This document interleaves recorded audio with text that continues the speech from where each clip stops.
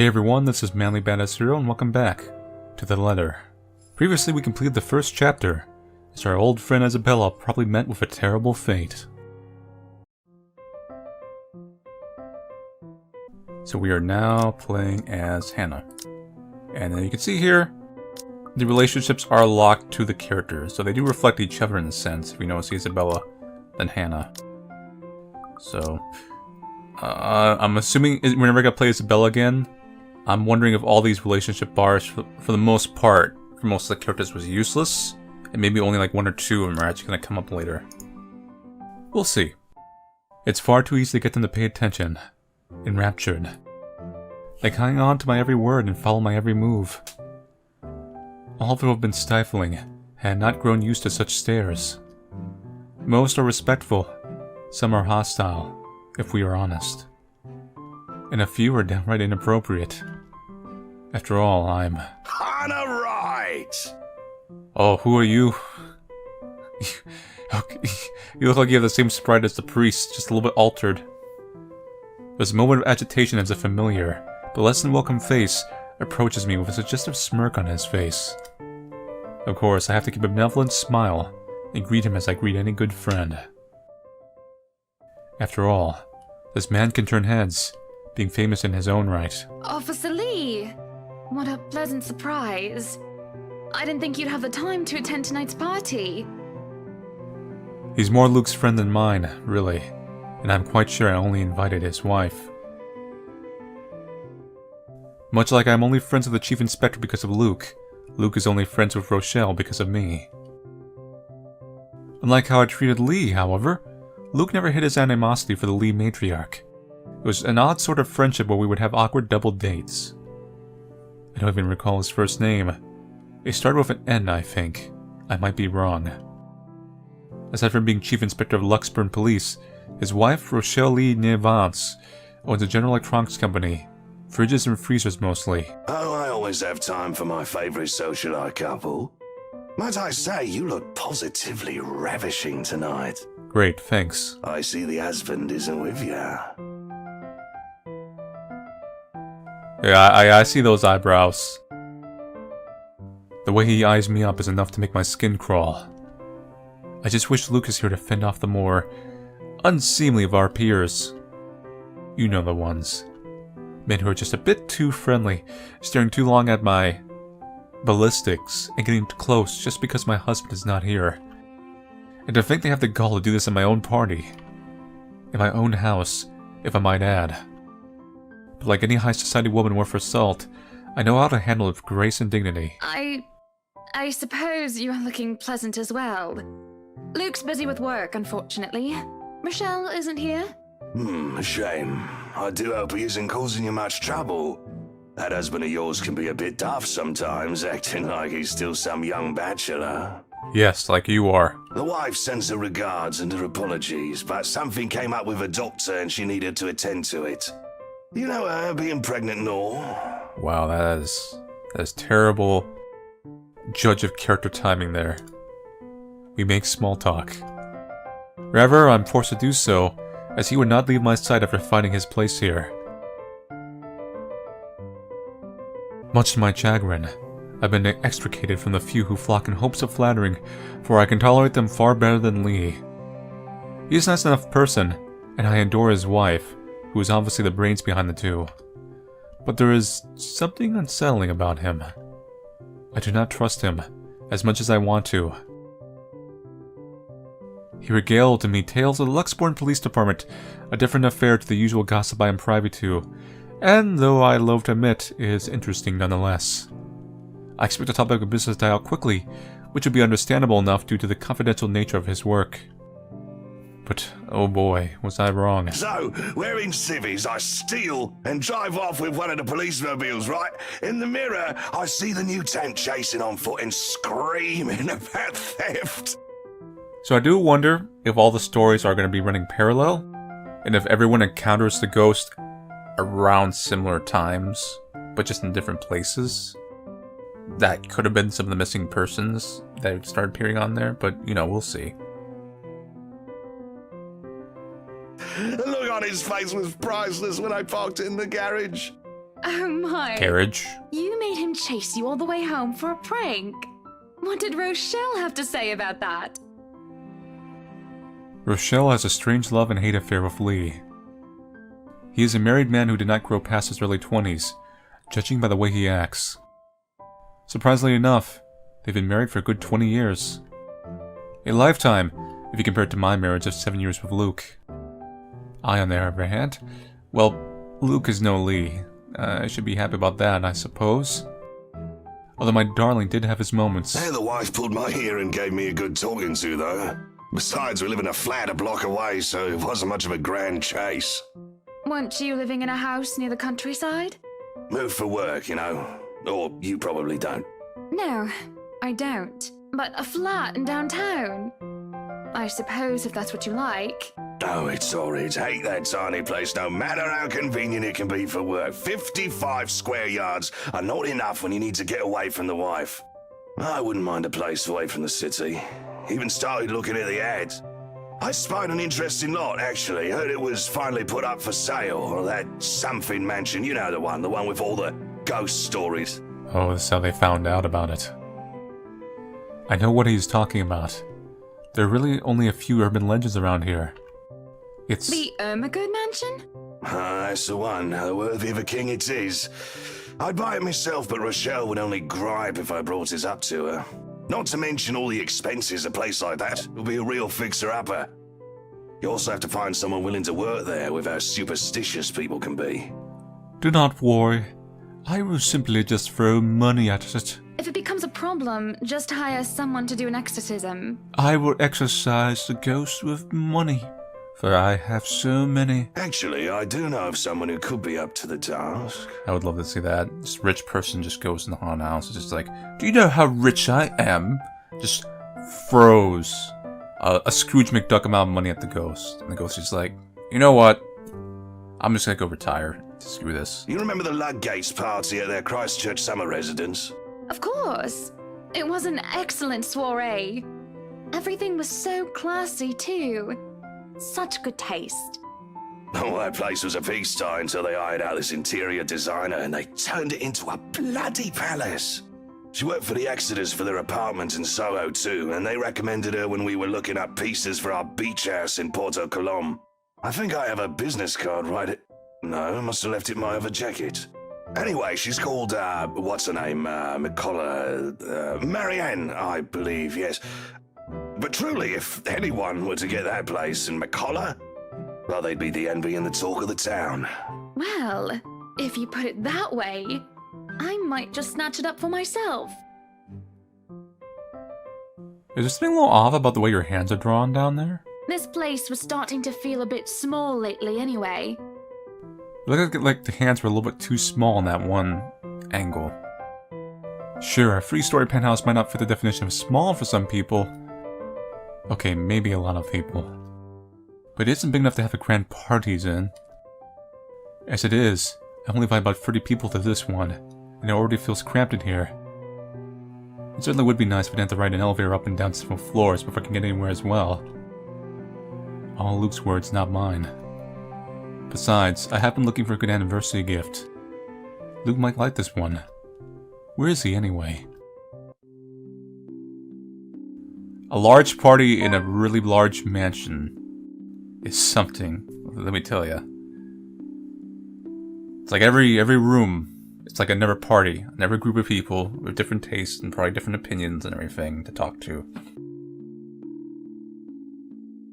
Probably different foods and hors d'oeuvres, because, you know, they gotta keep all those people fed, and then they want to just shove them all in the area. It's a traffic nightmare. And at some point, there's probably gonna be Nintendo. That's the important part. Nintendo. The Nintendo room. Luke is dressed to the nines, as he usually is. He looks ready for whatever the day will throw at him. His butler and valet wait at his side, just in case he isn't as ready as he looks. Oh, sure, that is normal. What has confused me is the fact that he's on his way out of the penthouse, considering we won't have anywhere to go until much later. Where are you going? I am to attend the Triad Autumn Tasting. I do believe I informed you of this 2 weeks ago. Yes. And might I remind you that I had stricken that off your schedule? And 2, I informed you a few days ago about the open house we are going to attend in its place. I've even found this marvelous interior designer, Mary Ann McCullough. It's a 3.5-hour drive to Cardiff. I don't have time for this. This is like that little party you threw all over again. You don't inform me of it, and you expect me to stay and be a gracious host when I have business elsewhere. You know, I just realized a terrible thought. You're just a slightly older Draco Malfoy.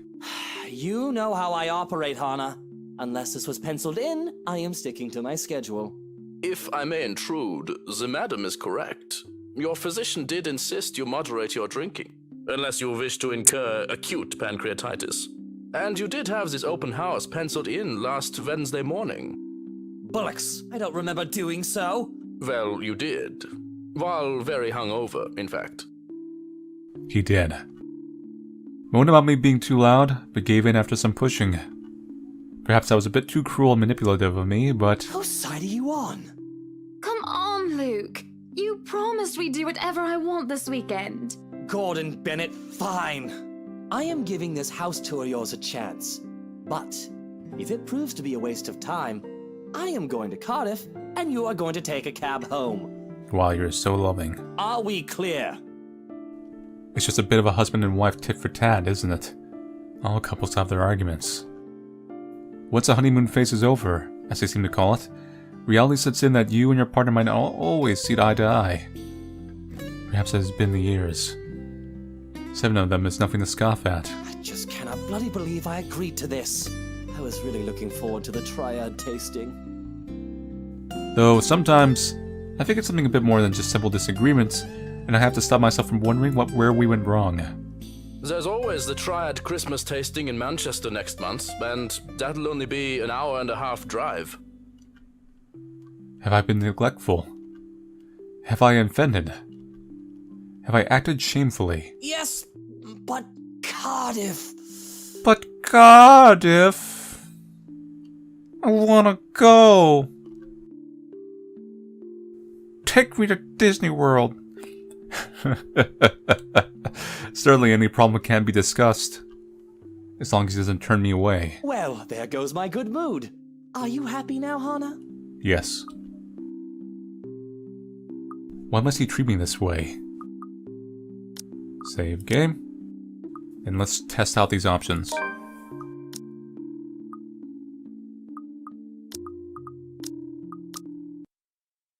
Yes, I am very happy, Luke. Because for once in a very long time, we are doing what I want. So this boosts him up. I'm ecstatic, and this we will be. You are going. And he actually likes it. If I defend myself and get some backbone, he's probably like, oh, maybe I'm being a bit of a dick. And remaining silent brings it down. I am happy. And I'm sure he will be too once he gets over this little upset. There's no point in aggravating him anymore, so I keep myself from commenting on the issue any further. A sweet smile and a bowed head, no need to provoke. That is how I cope. So, when do we leave? Where are we even going? We're scheduled to leave after lunch for the Ermengarde Mansion. Das ist ja interessant.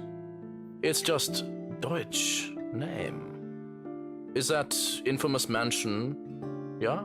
I have seen it from afar. It's a huge property. Very beautiful if it wasn't left abandoned. Certainly a house befitting lords and ladies of the land. A house good enough for nobles, huh? It is well known then? Oh, yeah, now I realize. The first thing he checked if it had a wine cellar. He really likes wine. I guess that doesn't make it a total waste of time. Our old sous chef mentioned going there for Halloween last year.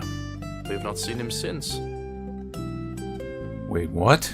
Not that I mind. He made terrible pumpkin soup. Damn, people have been dying at that house for like a long time.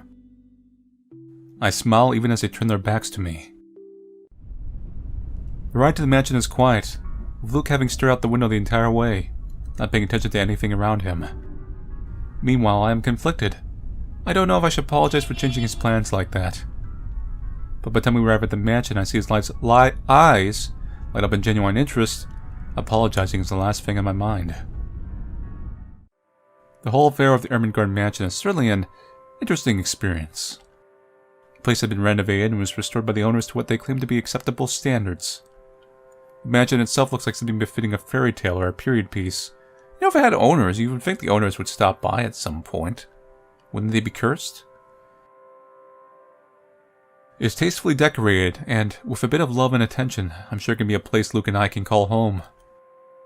And the number of other prospective buyers that have come from the powerful and wealthy of Luxburn certainly did not disappoint, making this estate his prime property. See what I mean about desirability?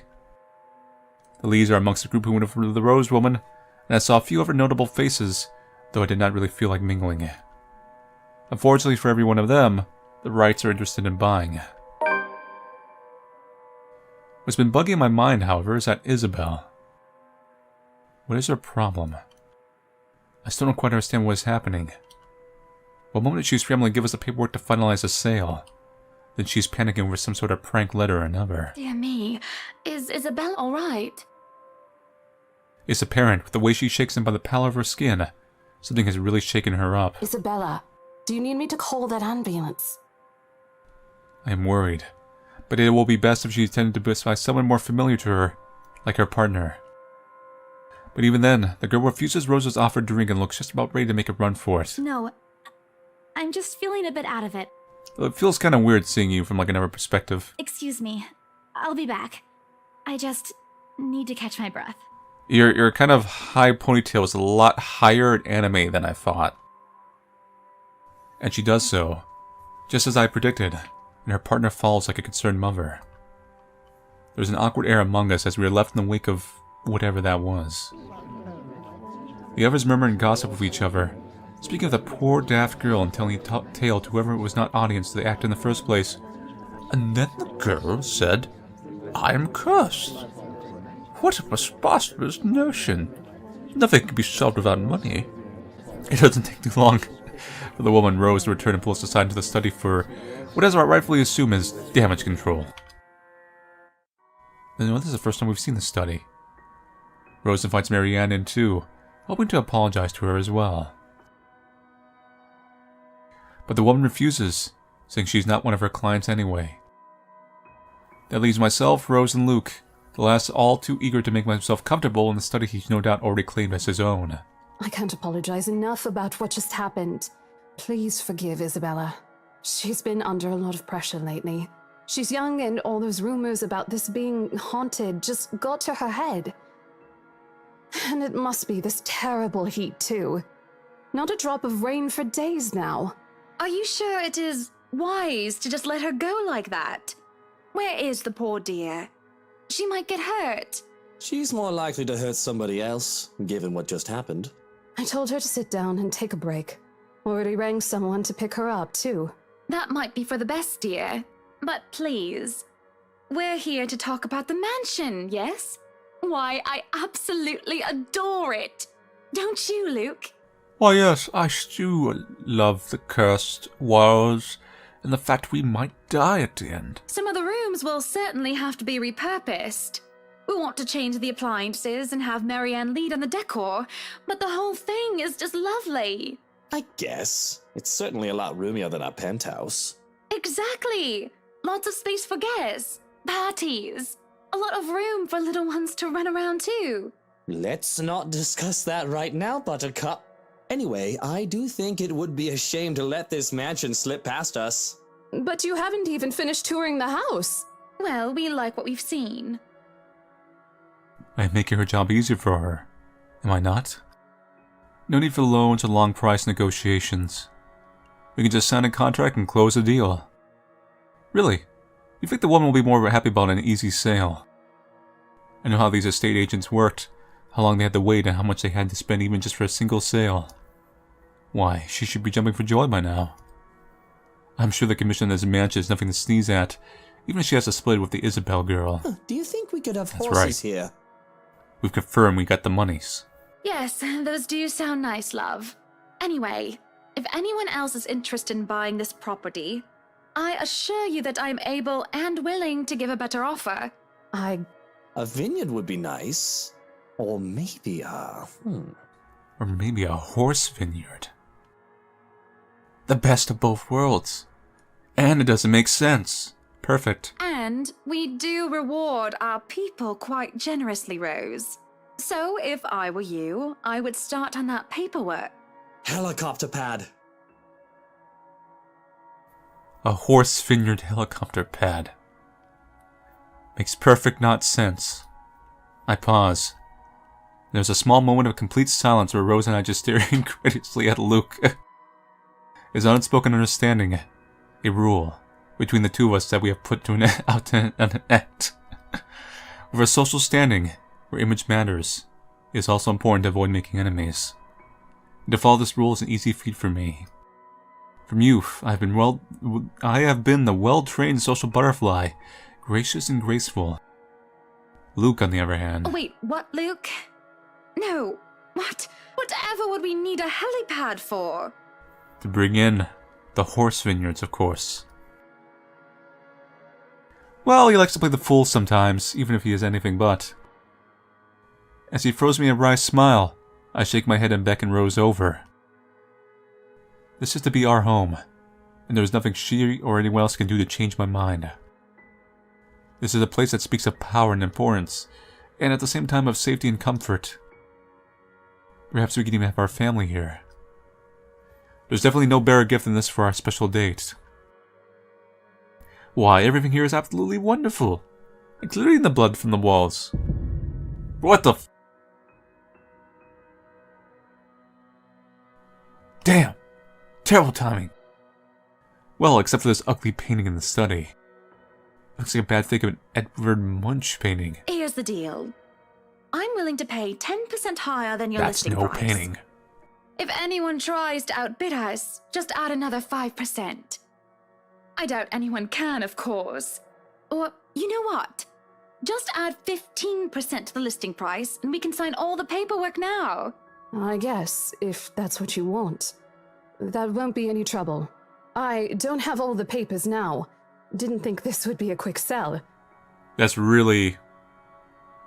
For at least a sale like this, that's really amateur. I'll have copies sent to you so you can look over them. And if you'd still like to finish the rest of the tour with Isabella's group, you're more than welcome to. No, I think we're good here. We'd appreciate a private tour of the place a lot more, I think. All right. Should I let Marianne in, then? Wait, maybe that's how Rose got cursed too. Marianne. Oh right, she's been waiting outside the study this whole time, hasn't she? I'll need to have a little chat with her. To move this little mansion project forward. Please do. There's a look of apprehension when the other woman enters the study.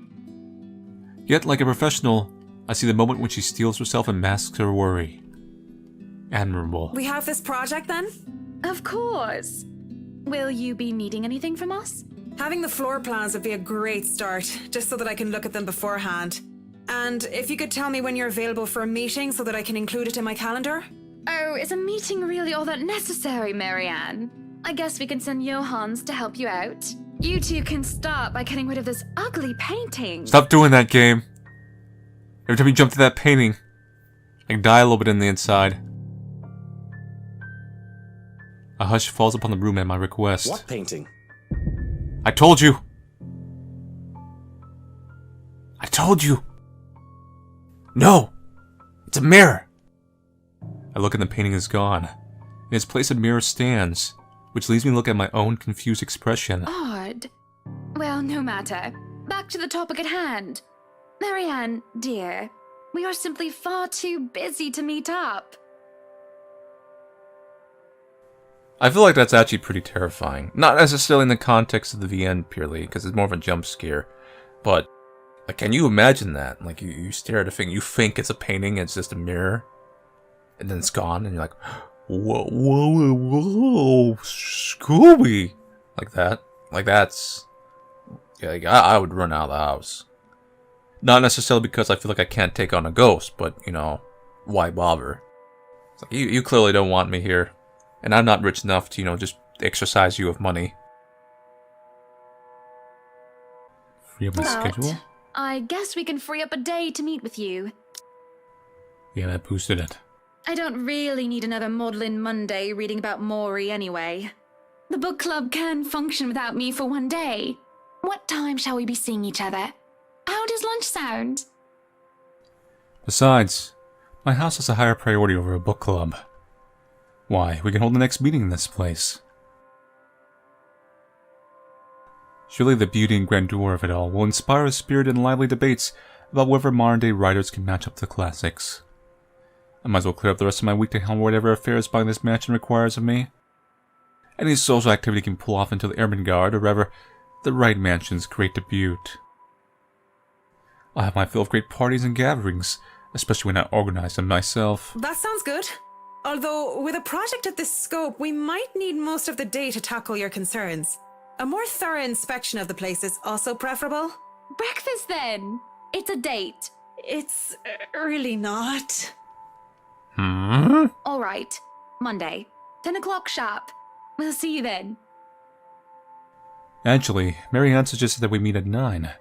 But who is even awake at that unholy hour, exactly? I was lucky enough to wake up this morning before Luke went all the way to Cardiff. We say our goodbyes, shake hands, and make it clear without outright saying it that we now own this house. By the time we left the mansion grounds, sunset is almost upon us. So, you really want to buy this place then? That's a bit of a big impulse buy, even coming from you. Not that I'm complaining. While your talking sprite looks a lot more comparatively evil. I feel elation when I hear these words from him. It's not every day one is able to please someone like Luke. He gives away false flattery to sway those who starve for his attention and approval. But in the privacy of closed doors, he would often express his grievances. He never censored himself in front of me, nor spared me from his criticism. You have been saying the penthouse was getting a bit too small for you. Happy anniversary! Oh. That time of the year already? All time of the year already. You forgot about last year, too. I understand that he's a busy man, but... Is that why you want to buy it? Yes. You don't like it? I do, but I remember you used to talk about how you wanted to live next to the beach. Botany, Kent. I remember the sea. Water that stretched on for miles and miles, as far as the eyes can see. As a kid, I loved our beach trips, swimming all day as much as I could. I was a well-behaved child. The only time I was ever truly difficult was when I refused to get out of the waters, even when my fingers had gone all wrinkly. Even when they managed to pull me out of the water, there was always sandcastles. The day before we married, I told Luke that I wanted a house on the beach and a dog. Good. None of those came true 7 years later. That was a childish dream. Living next to the beach is so impractical if you really think about it. It's actually not that bad, aside from, like, the rust. I don't know. It's not a bad thought to see you in a bathing suit every day. Maybe another time, love. We still have forever, don't we? He says nothing, only grabbing my hand and holding it tight, as we spend the rest of the ride home in silence. I miss the sea. Sick and hovering over the loo at 3 in the morning, the picture I paint right now is hardly glamorous. A horribly fishy taste is left in my mouth as I throw up what I had for dinner, and I hate the acrid stench that fills the lavatory. The burning sensation at the back of my throat is of no help whatsoever. I can feel another wave of nausea come up on me when the door opens. Hannah, what are you doing so early out of bed? I'm fine, love. I must have just eaten something bad. That's all I managed to say before vomiting again into the porcelain throne. Lovely. Just go back to bed, Luke.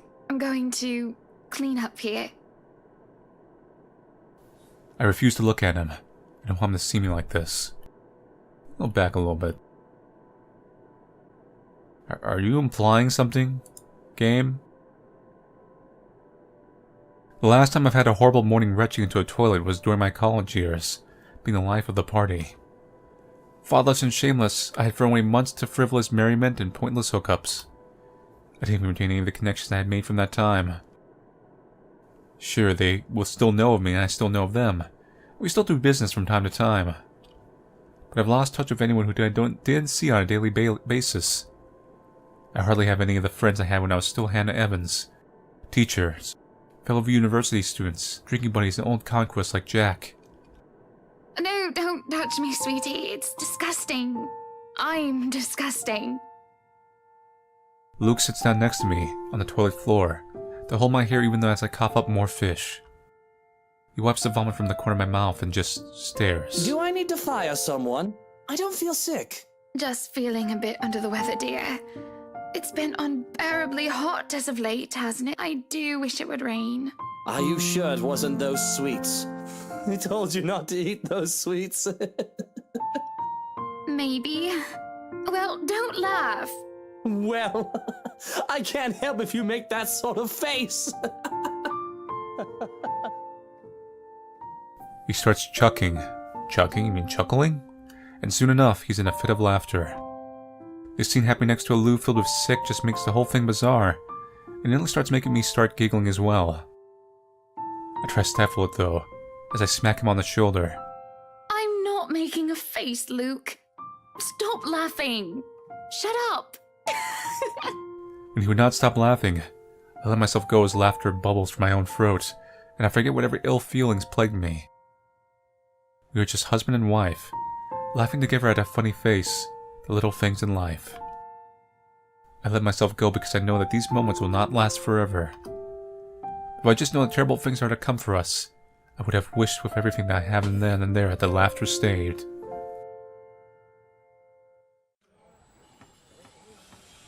That's a bit of a Hiya! Come on now! shift back in dialogue. Like she's narrating with the implication that terrible things are going to happen later. You know, like recounting the events. But I think every character in this game can die. So it's kind of a little... narration's a little off.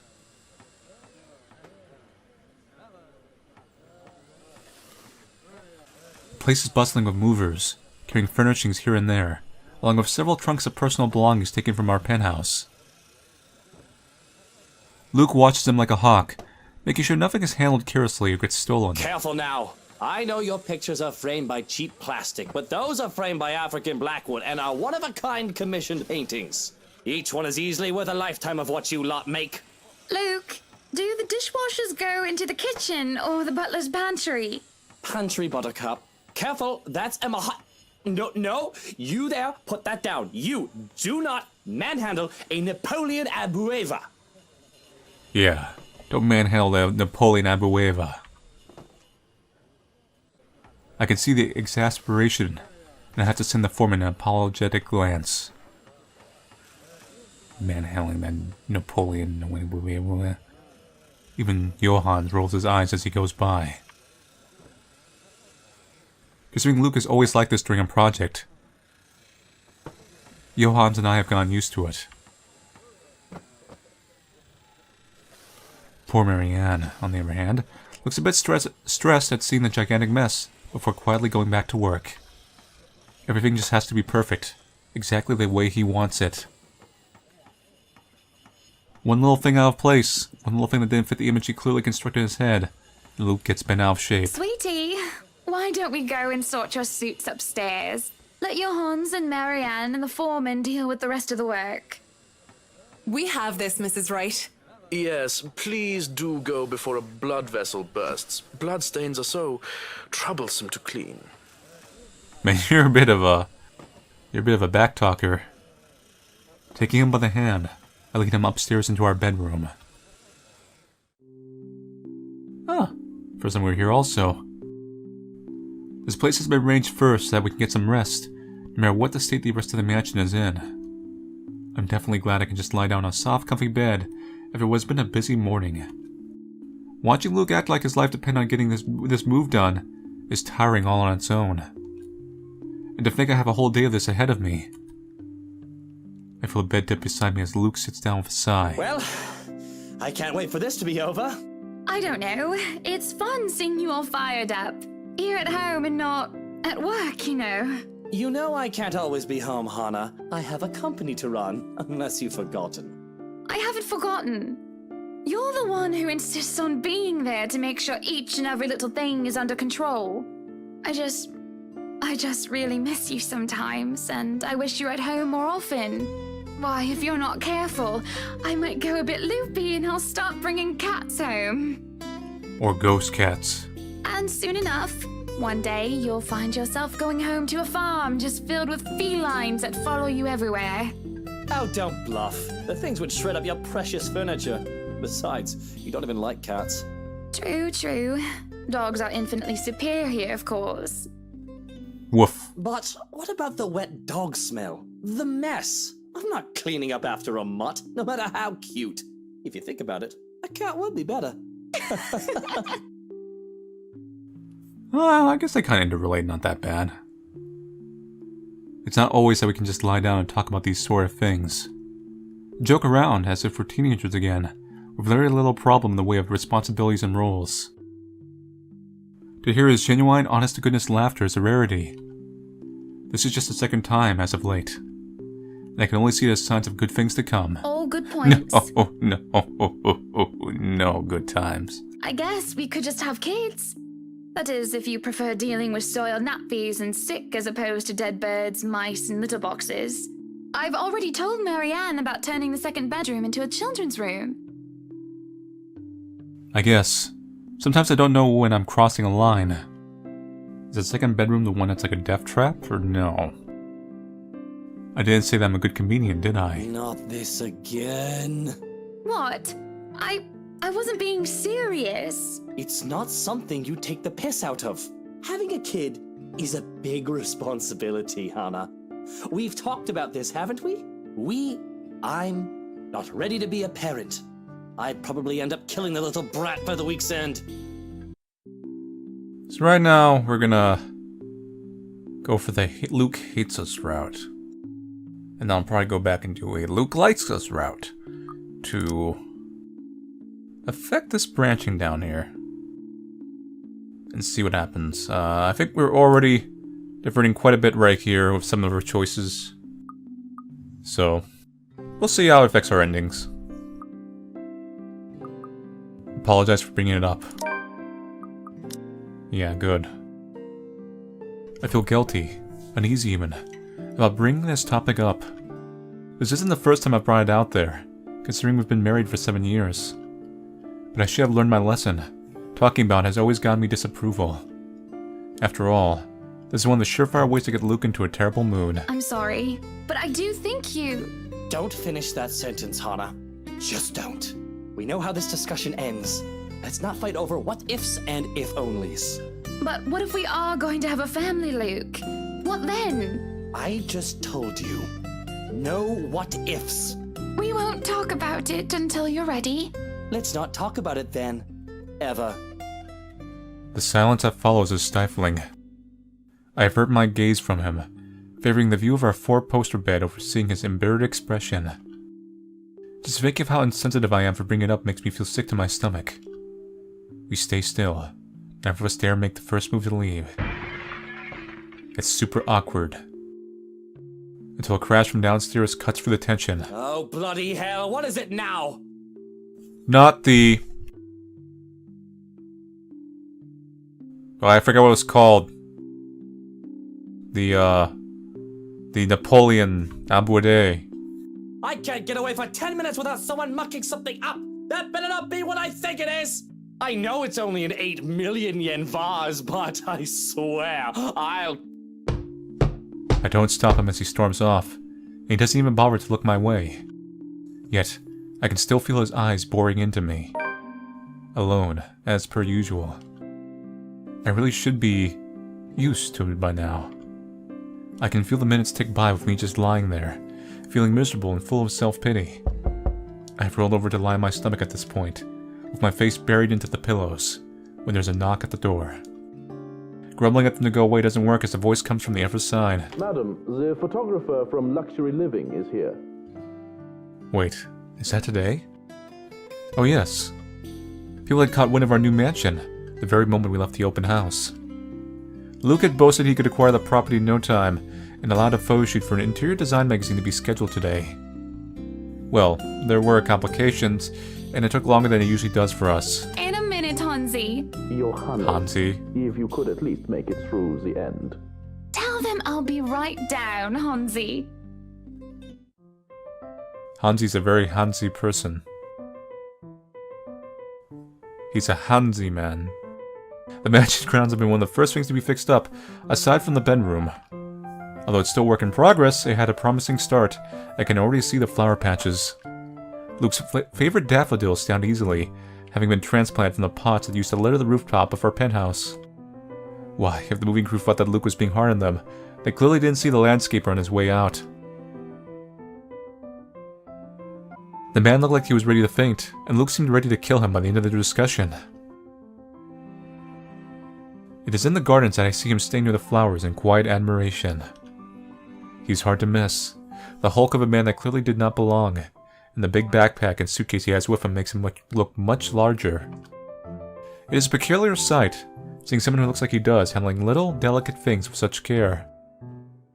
He looks up from the gardens and does a double take before a friendly face replaces his serene expression. Miss Wright, yeah? Hi, Zachary Steele here from Luxury Living, ma'am. Hope you weren't waiting too long. But it looks like you're still moving in, huh? Thought for a second there my calendar was wrong and I came here too early. You look familiar. Have we met?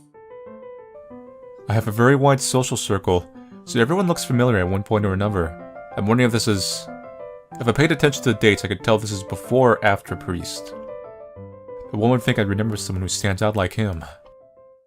The struggle to recall must have been evident in my face as he quickly and kindly answers my question. Oh, I was with Isabella, your estate agent, when she had the house blessed. So yeah, I did keep track of that, see? Oh yes, that's right. Small world, isn't it?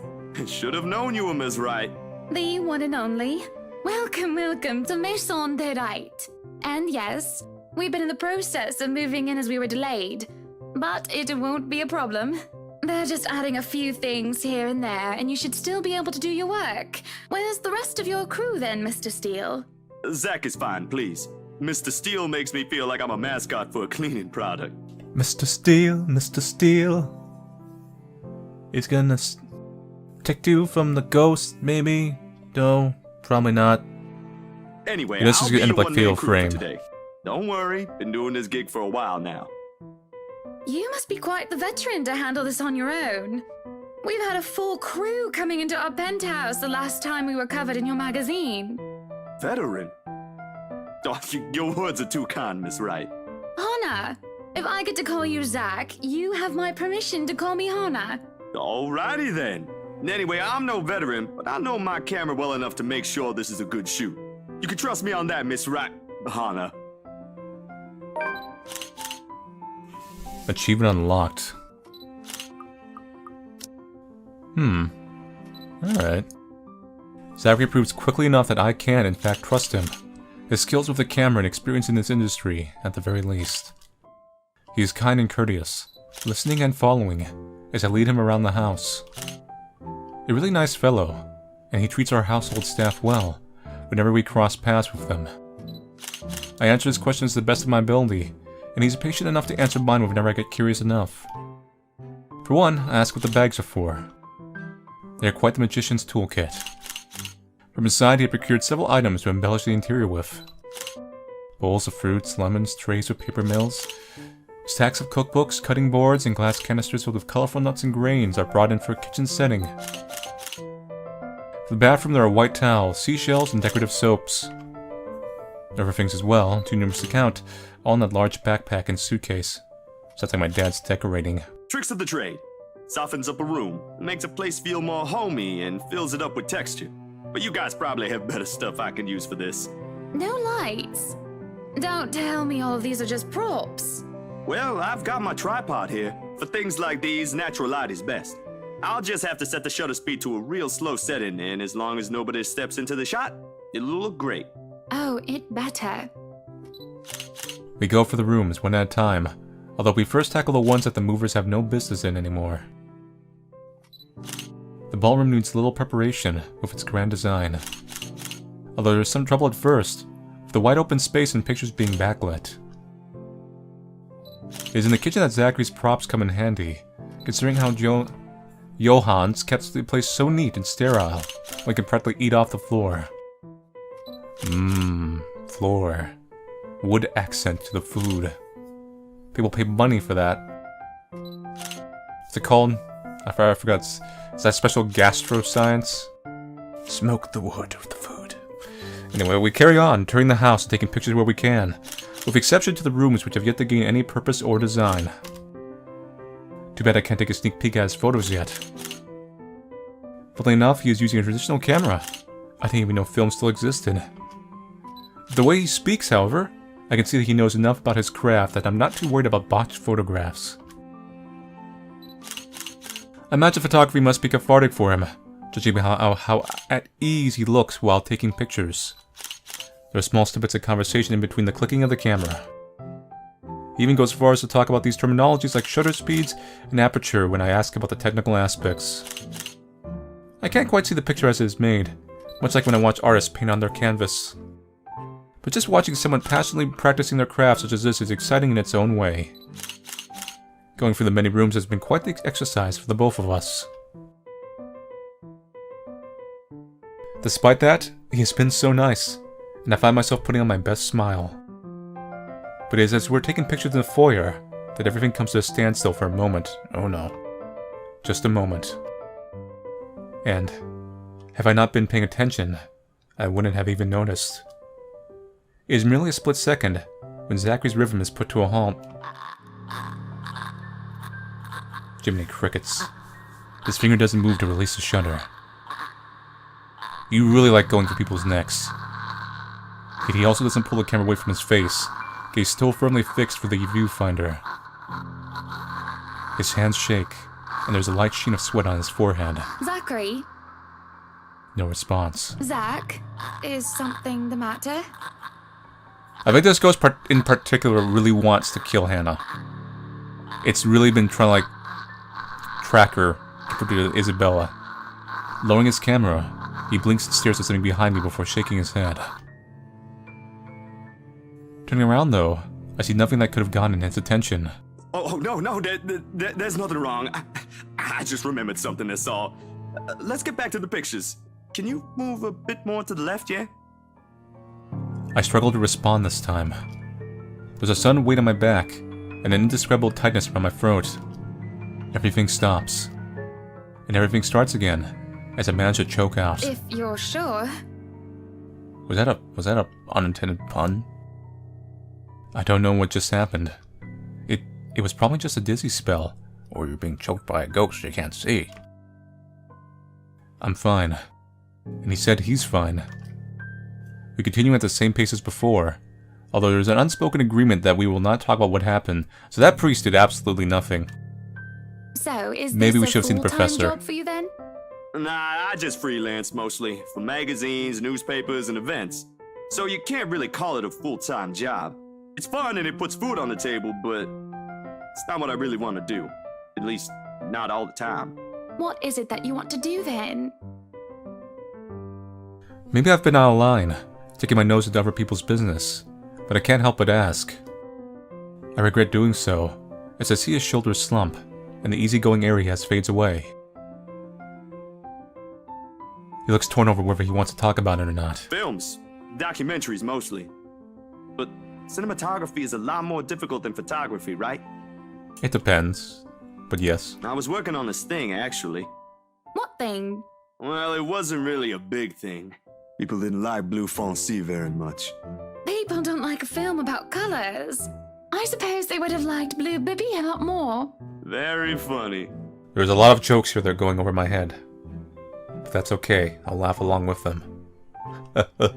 So, Grand Director, do you want to tell me what Blue Fonzie is all about? He hesitates. When I refuse to budge on the matter, he gives in and spills it all out. Okay, let me see if I can pull this off. Blue Fonzie. The rest of this is gonna be a little hard. I'm gonna give an interpretation. I'm not gonna check how to pronounce this. I usually do that. But I'm gonna give this a go, and everyone can hate me afterwards and tell me this is how I did it wrong. Zombie des Noirs Britanniques. Yeah, I can't do that. Dark blue, the darkest hours of the Black British. He speaks with passion of one who has gone through the very matter he is concerned with. Omelette tout fromage. There is conviction, knowledge, and experience in his speech. Why, I would have told him that he's an amazing speaker, If only I wasn't so engrossed, listening. Prejudice and discrimination, in schools and in the workplace. Lesser chances for opportunity, and higher chances of being treated like a criminal. He spoke of blacks and people of color in general, still being treated like second-class citizens. All because of the color of their skin. It's all just positively riveting. And sad. It comes to a point wherein he soon loses steam. He looks abashed, realizing what he had just done. Sorry, I just got so carried away and... It's fine. It is really so fascinating to watch people talk about their passion after all. This is a very awkward conversation knowing how Luke is. You should see how your eyes light up when you speak so fiercely.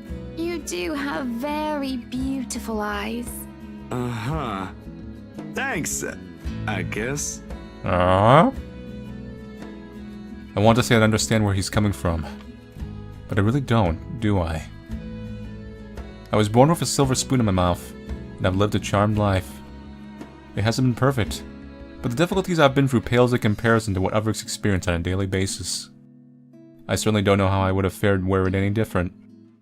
Would I still have met Luke, and would he still have loved me if I was any lesser? What was your home like? These things you talk about. It sounds like you've... Well, I don't mean to pry, I mean. Live with my older sister and my grandparents. We had a shop selling all sorts of things below our flat. And well, I was one of the few non-white, non-British students in class. I didn't get pushed around or anything straight up. Even then, I was one of the biggest kids around, but a pencil and notebook would go missing, you know? Oh, that I knew. Children can be so cruel at times. Of course, it may be a slightly different story when you have personal guards, and the stolen item is not a pencil, but an expensive heirloom. So what about you? How you liking your new house? It's pretty impressive. Just check the guards on him. Well, Billy Mitchell. I see you've stolen my stuff once again. Looks like we'll have to break your little legs. I'm just 5! It's nice, I suppose. Break his legs. You suppose? Not big enough? What? No, oh, don't be a bully. It's just that... I understand if you don't want to talk about it. I was a little girl, all dolled up and treated like a fragile porcelain, with nursemaids waiting to make me hand and foot. All the material possessions anyone could ever want, I could ask for on a whim, and it would be handed to me just like that. But I barely saw my parents. Just goodbye kisses in the morning before they went off to who knows where they were needed to next. I saw them more often on the telly or in the papers than I ever did in person. I remember my old house. It was a lot like this one. Big walls and big halls, but nobody in it. Not really. It makes you think how alone you are. A pensive mood overcomes us. And there's a moment where neither of us are sure how to go on from there. Things have gotten a bit too personal, yet it isn't wholly uncomfortable. Like as we've been friends before. Well, that's normal, ain't it? You just moved here. You'll make home out of it yet. He certainly makes it easy to believe that. My childhood house is indeed a lot like this one. Just as large and extravagant. And just as empty. Like my soul. I hope he's right. So, Monsieur le Photographe, you've covered the one and only Ermengarde Mansion. What's next on the agenda? I'm gonna go to Disney World. In all serious answer, I'm gonna try to survive using this camera. That hopefully can spot the ghosts. This may or may not be fatal frame. The interview? I hope it works later on when we play Zack. Boring. It's an interior design and housing magazine. And they want to know what Miss Wright has to say about her interior design and house. Honor Wright thinks she bought a magnificent house that she can certainly brag about. Blah, blah. Boring. You know what they should print more of? I watched an interesting documentary the other day. Bleu Foncé, the darkest hours of the Black British. I recommend you watch it. Bleu Foncé. It's kind of fun to say. Those are the things that people should know about. What do they care if I use a purple or green bowl of fruit in my kitchen? People, right? Oui. People are shite. What do you think? Do I look good with this angle? I strike a pose while he's being busy, looking taken aback for a moment, probably not expecting me to just go and say such a crass word. But he recovers quickly, and after snapping a few shots, he grins. Yeah, vous êtes belle. Hopefully no ghosts this time. You want copies of these ones? Yes, please. So, the big boy knows French. You must have wooed a few ladies. Unless you're into gents. Either way, French is, after all, the language of romance. Oh, I don't know about quoting fancy poetry, but I've made lunch for a girl before, and they did like that fancy French cuisine. Can you cook your best? I can cook just about anything as long as I know the recipe. C'est magnifique. This is such like stereotypical style. Like, I'm not sure if you would call it flirting, but it's a bit like a cartoon interpretation of it a little bit. I'm not giving the game a hard time, but it is kind of, it's a bit campy. It's been too long since I've had a nice and proper chat with a good friend. No, Lee is certainly not a good friend. And although we've just met, Zachary's the sort who can probably befriend anyone. He's just a comfortable person to be around with, and he carries around cinnamon rolls. A lot of cinnamon rolls. A bit too comfortable. The photo shoot went by a breeze. And somewhere along the way, as we talk and laugh, I find myself getting a bit too close without realizing.